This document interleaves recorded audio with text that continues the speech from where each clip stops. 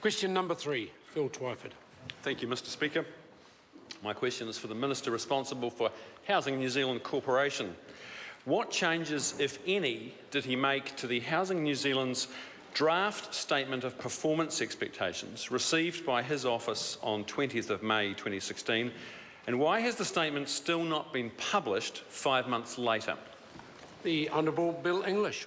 Mr Speaker, I sought 2 changes to the statement. First, that in view of increasing demands on Housing New Zealand arising from the accelerated building program, I decided HNZ should retain the proceeds from the potential transfer of properties in Tauranga.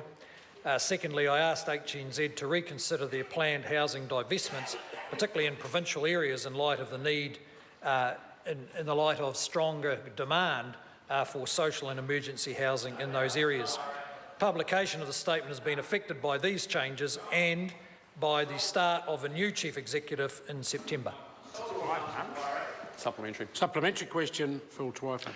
Isn't it pure incompetence to have driven a $20 billion organisation to the brink of insolvency, and worse, to have asset stripped the very agency that should be leading the government's response to the homelessness crisis? The Honourable Bill English. Mr Speaker, as I said before, the media have withdrawn and corrected the story that said Housing New Zealand was, in their words, going broke. Now, I'm not surprised the opposition are persisting with it, because they seem to have almost no understanding whatsoever of the financial situation of Housing New Zealand, which has $20 billion worth of assets, $4 billion worth of debt, and not much short of $1 billion in cash flow. It's in fine shape, and I think what's really bothering the member is that Housing New Zealand is embarking on large-scale housing development, which we require them to do competently. Supplementary. Supplementary question, Phil Twyford. Did Treasury and Housing New Zealand officials tell him last year that Housing New Zealand lacked the capital to service its debt? And why was he saying as recently as 31 May that Housing New Zealand had all the money it needed? The Honourable Bill English. Mr Speaker, because it does. It clearly does, because it's signing off major developments like the Northcote development of 1,000 new houses quite recently, with more in the pipeline. So the member doesn't need to be concerned about the state of Housing New Zealand's finances, and I'm sure the member is concerned that the government is committed to supporting them on large-scale housing redevelopment. Supplementary. Supplementary question, Phil Twyford. Can he confirm that his musings about building 30,000 houses on what is now state housing land is not actually an affordable housing program? It's just a desperate sell-off of land and housing to try and stop Housing New Zealand from going bankrupt. The Honourable Bill English. No, Mr Speaker, that's a ridiculous assertion about Housing New Zealand. And I know that won't stop the member making it vigorously, no doubt, for as long as he thinks anyone might be listening. But it's just verging on stupid, actually. Order. Order. Order. Bit personal, Bill. I want substantially less interjection from my right-hand side. Phil Twyford. Obviously very sensitive. Is he deliberately sabotaging Housing New Zealand's balance sheet, asset stripping it and running it into the ground in order to justify selling off even more land and state housing?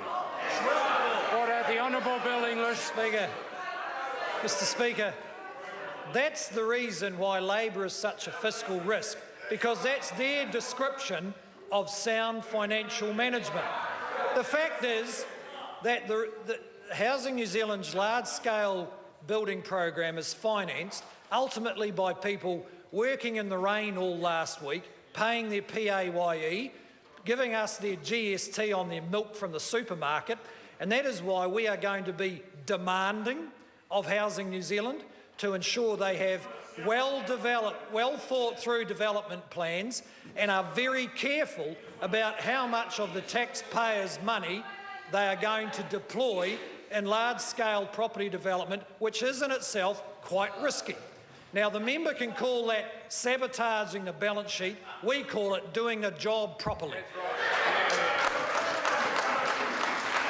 Point of order. Order.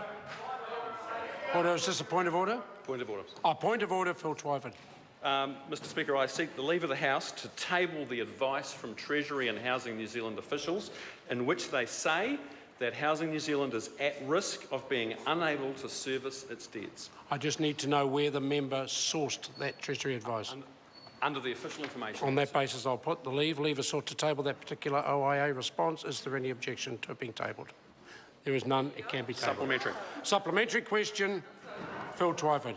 Why doesn't he, instead of sabotaging Housing New Zealand and asset stripping its balance sheet, why doesn't he do what Labor would do and run Housing New Zealand as a public service with one job, putting a decent roof over the heads of Kiwis who need it? The Honourable Bill English. Well, Mr Speaker, we have an example of how Labor would like to run housing, and that's how it did last time it was in government, which let it run fat with loose cash. It stopped maintaining